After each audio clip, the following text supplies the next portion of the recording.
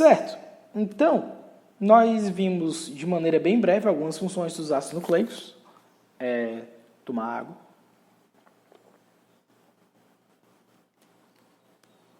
E quais as funções deles? Então, os dois tipos de ácidos nucleicos, tanto o DNA, que é chamado de ácido desoxirribonucleico, quanto o RNA, que é chamado de ácido ribonucleico, eles permitem que os organismos vivos repassem suas informações complexas de uma geração para outra. O que são essas informações complexas? São as informações, o conjunto de receitas, o livro de receitas, do qual uma célula precisa para produzir proteínas. Então, é a partir do DNA que vai ter toda a informação para a célula produzir todas as proteínas que ela precisa para viver. O DNA, portanto, ele vai fornecer instruções para a sua própria replicação e para a síntese de RNA. E é o RNA, por sua vez, que controla a síntese de proteínas. Como assim? O DNA, ele se autorreplica. Quando o DNA se autorreplica? Ora, ele se autorreplica quando a célula vai se dividir. Para que a célula se divida e produza duas células filhas iguais, como é o que acontece na mitose, esse DNA ele precisa se replicar, ele precisa produzir dois dele. E é por meio disso que a célula ela passa a informação genética dela de uma geração para outra. Se nós levarmos isso ao nível de organismos, é assim que os organismos eles se replicam e produzem sua prole, passando o DNA de uma geração, da geração parental para a geração filha. Isso tanto a nível de célula quanto a nível de organismo. Então, o DNA ele vai fornecer a instrução para a sua própria replicação e ele vai controlar a síntese do RNA. Então, nós até agora vimos o quê? Que existem dois ácidos nucleicos, o DNA e o RNA. O DNA ele controla a síntese do RNA e o RNA, por sua vez, que vai levar à síntese de proteínas. Então, nós temos aqui o DNA, e esse DNA ele vai ter informação para produzir o outro ácido nucleico, que é o RNA,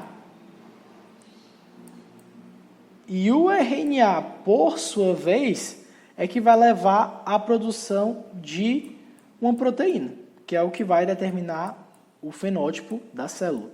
É o que vai, no final das contas, exercer as várias funções biológicas de uma célula.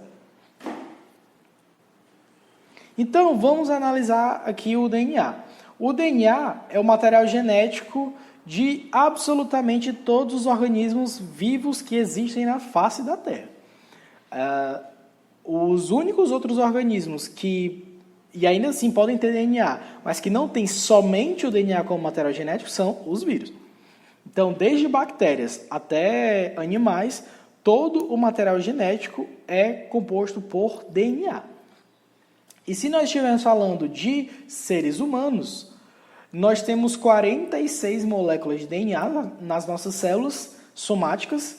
O que são as células somáticas? São as células que formam basicamente todos os tecidos do corpo, com exceção dos espermatozoides, no caso dos homens, e dos óvulos, no caso das mulheres. E nós temos 46 moléculas de DNA nas células somáticas e 23 moléculas de DNA nas células sexuais, que é justamente espermatozoides e óvulos. Que, quando eles se unem, 23 com 23 dá 46. Onde se localiza o DNA? No núcleo da célula, como nós já falamos anteriormente. Então, lá no núcleo nós vamos ter o DNA, que vai estar organizado de diferentes formas, em cromossomos e em cromatina. Nós iremos tratar da diferença entre cromossomo e cromatina futuramente, mas basta vocês saberem que cada cromossomo é uma molécula de DNA. Então, cada cromossomo é uma longa molécula de DNA contendo milhares de genes. Lembrando que gene é uma porção do DNA que é responsável pela codificação de uma proteína. Então, é um pedaço de DNA, um segmento de DNA capaz de sintetizar uma molécula biologicamente ativa, que geralmente é uma proteína. Então, esse pedaço de DNA, ele vai ter uma informação necessária para produzir uma molécula de RNA, e essa molécula de RNA produzida, ela vai levar à síntese de uma proteína. O mecanismo de como o DNA leva à síntese de uma proteína é chamado de síntese proteica, e que nós iremos ver quando estivermos falando de célula, quando estivermos falando de ribossomo, que é a estrutura celular que sintetiza proteínas. Então, se nós observarmos aqui a molécula de DNA, que ela é extremamente longa, é o maior polímero que nós temos nas nossas células, é o DNA, o gene, ele vai ser uma porção desse DNA que é responsável por sintetizar uma determinada proteína. Então, daqui até aqui, esse gene, ele codifica uma proteína X. Daqui até aqui, é outro gene que codifica outra proteína. Daqui até aqui, é outro gene e por aí vai. O DNA é formado por milhares, dezenas de milhares de genes. E a cada vez nós estamos descobrindo mais genes. Mas lembrando, o DNA não é todo formado por genes. Muito pelo contrário. O DNA das células eucarióticas, ele é formado mais por porções não codificantes, que são as porções que não codificam proteínas, do que por porções codificantes. Os genes, então, eles constituem a menor parte do nosso DNA. Então, quando uma célula se reproduz por divisão, como é o caso da mitose, as moléculas de DNA elas são copiadas e passadas de uma geração para outra das células. Isso aqui é muito importante. A relação informação-função entre DNA e proteína. Observem a seguinte frase, que eu retirei de um livro. As informações que programam todas as atividades celulares são codificadas na estrutura do DNA. Ele, no entanto, não está envolvido diretamente, atentem para o diretamente, na realização dessas operações. O hardware molecular das células, ou seja, as ferramentas para as funções biológicas, consiste principalmente em proteínas. Então, como é que nós podemos interpretar essa grande frase? Ora, quem é que realiza a maioria das funções de um organismo? Funções de transporte, funções de defesa, funções de reserva proteica, no caso, né? Eu já dei a resposta aqui, mas são as proteínas. As proteínas é que estão envolvidas por elas serem extremamente diversas, por elas serem extremamente versáteis, por conta das milhares de formas que os aminoácidos podem entrar em sequência, são as proteínas que desempenham a maioria das funções de um organismo vivo. Mas o DNA é que vai conter a receita para a produção delas. É por isso que nós dizemos aqui que o DNA não está envolvido diretamente na realização dessas operações. Por quê? Ele só contém a informação para produzir. Quem realmente realiza a função são as proteínas. Então, quando nós observamos o genoma humano, ele possui 3,2 bilhões de nucleotídeos. O que é o genoma? É o conjunto de absolutamente toda a informação genética contida dentro de uma célula. Então, quando nós observamos as nossas moléculas de DNA presentes numa célula humana, nós observamos que cada célula humana produz cerca de 3,2 bilhões de nucleotídeos, ou seja, é muita coisa. O DNA, portanto, é uma biblioteca universal, que, de acordo com as sequências de nucleotídeos, comparadas de diferentes organismos, nós podemos inferir seu parentesco, que foi o que eu falei no começo da aula. Quanto mais aparentados evolutivamente são dois organismos, maior vai ser a sequência de nucleotídeos deles. Inclusive, é importante aqui fazer um adendo. Toda vida que nós vamos representar o DNA por sequências de nucleotídeos, nós não colocamos o fosfato, o açúcar e a base nitrogenada. Nós só colocamos a base nitrogenada. Então, toda vida que nós vamos representar um gene, nós representamos um gene como? Representando só a base nitrogenada dele, que no final das contas é a única coisa que muda entre os nucleotídeos. Então, por exemplo, se nós vamos representar um determinado gene que contém 5 nucleotídeos, nós escrevemos como? A, T, T, C, T, por exemplo. Isso aqui é um determinado gene, vamos supor, que é composto por 5 nucleotídeos. Mas esses nucleotídeos nós representamos apenas escrevendo a letra da base nitrogenada de cada nucleotídeo desse. Então, quando nós analisamos os 3,2 bilhões de nucleotídeos que formam o genoma humano, nós, por exemplo, se fôssemos escrever isso, nós escreveríamos dessa forma aqui, representando apenas a sequência das bases nitrogenadas que formam esse genoma. Então, aqui,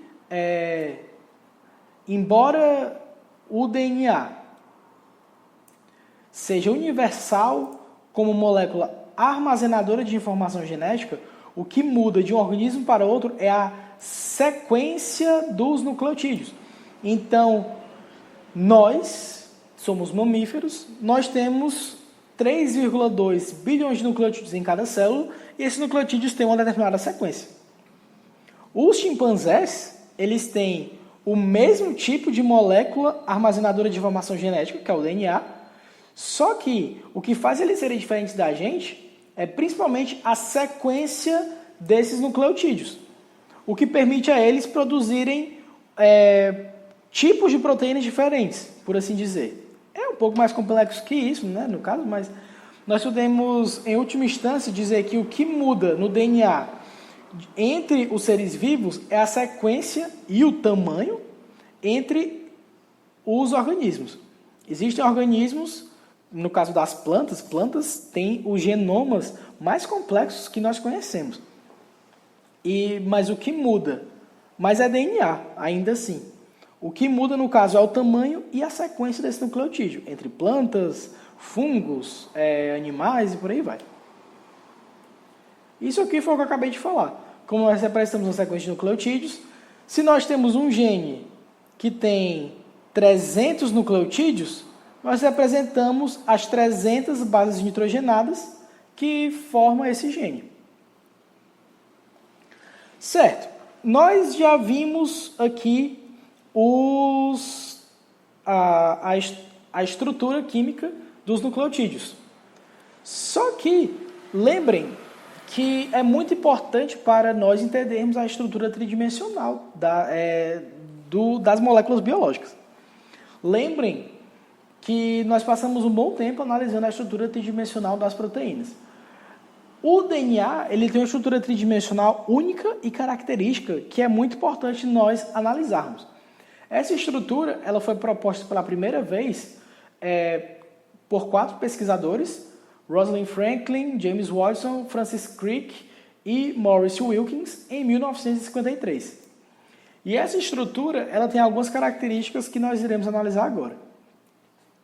Essa estrutura do DNA, ela é o quê? Ela é formada por essa hélice dupla. Veja que existem aqui o que nós chamamos de fitas. Essas duas fitas, elas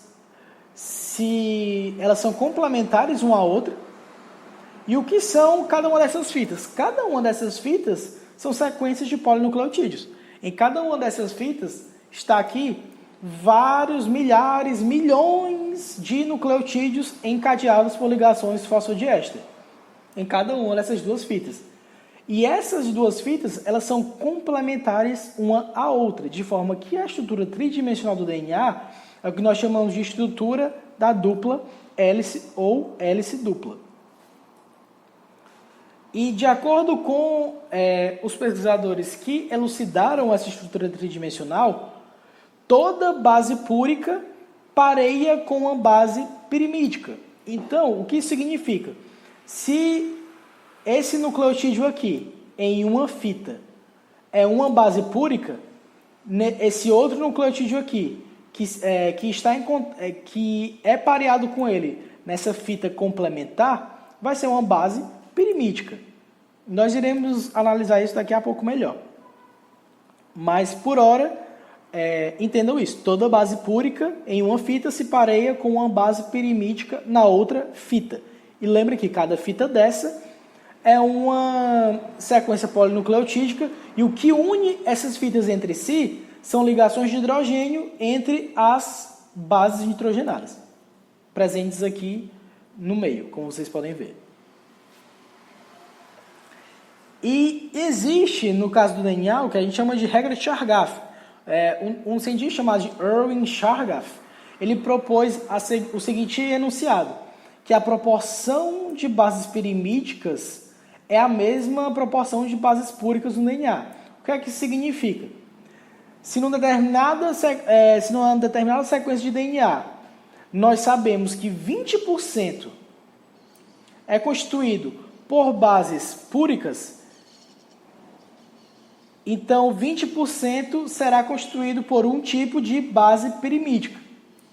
Então, no caso, eu vou mostrar daqui a pouco como essas bases pareiam entre si, mas saibam logo que nucleotídeos de adenina vão sempre parear de uma fita com a outra com nucleotídeos de timina, enquanto nucleotídeos de citosina sempre vão parear com nucleotídeos de guanina. Então, o que é que a regra de Chargaff diz? Se eu falo para vocês que uma determinada sequência de DNA tem 20% de adenina, se a adenina pareia com timina, então nós temos 20% de timina igualmente. O que é que sobra? Isso aqui soma 40%, sobra 60%.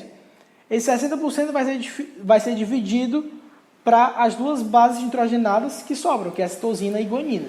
Então, vai ter a proporção de 30% de citosina e de 30% de guanina. Então, aqui é onde nós vamos ver essa complementaridade. Lembrem o que eu acabei de falar, que cada fita de DNA nada mais é do que uma sequência polinucleotídica. E como é que essas duas fitas de DNA se encaixam? Cada base nitrogenada vai entrar em contato com outra base nitrogenada no meio da estrutura do DNA, no meio dessa dupla hélice. Pausa para a água.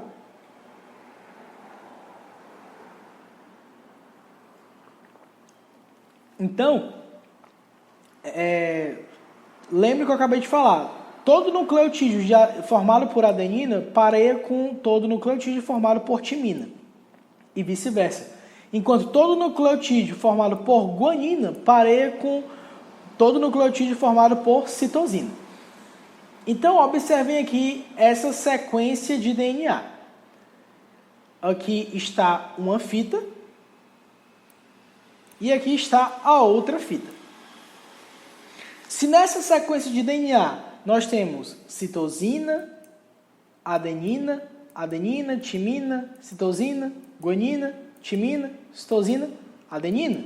Se aqui eu tenho uma adenina ela só pode parear com timina na outra fita.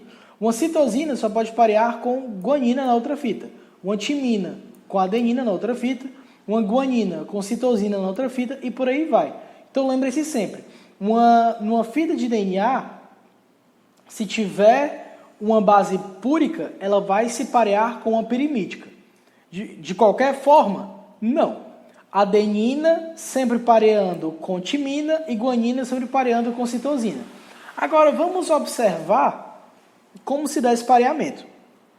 Se nós dermos um zoom nesse pareamento aqui entre adenina e timina, o que é que nós vemos? Aqui está a molécula de adenina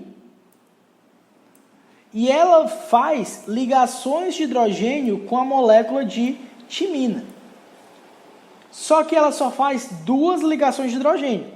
Enquanto se a gente analisar aqui o par formado entre guanina e citosina, nós podemos ver que a guanina e a citosina formam 3 ligações de hidrogênio. Então, por conta da citosina com a guanina formar 3 ligações de hidrogênio, quando elas pareiam, as ligações citosina-guanina são mais fortes do que as ligações adenina-timina. Então, quando uma molécula de DNA é desnaturada por meio de calor, por exemplo, os pares citosina-guanina, eles precisam de temperaturas maiores para se desfazerem do que os pares adenina-timina. Lembrando que desnaturação é o quê? É a perda da estrutura tridimensional nativa, a perda da conformação nativa. Então, se eu aplicar uma temperatura muito grande a essa molécula de DNA, eu vou desfazer essas ligações de hidrogênio que unem as fitas e eu vou separar essas 2 fitas de DNA. Então, o tipo de ligação que estabiliza a estrutura tridimensional do DNA é principalmente as ligações de hidrogênio entre as bases nitrogenadas das 2 fitas e um tipo de interação que nós chamamos de interação hidrofóbica de empilhamento entre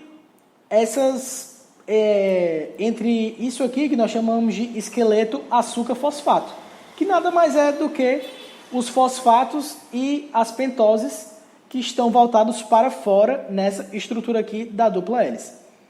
Então lembrem, a nível de ensino médio principalmente, o principal tipo de ligação que estabiliza a estrutura tridimensional do DNA são as ligações de hidrogênio entre as bases nitrogenadas que estão voltadas para dentro na estrutura do DNA. Enquanto voltado aqui para fora está o que nós chamamos do esqueleto açúcar-fosfato.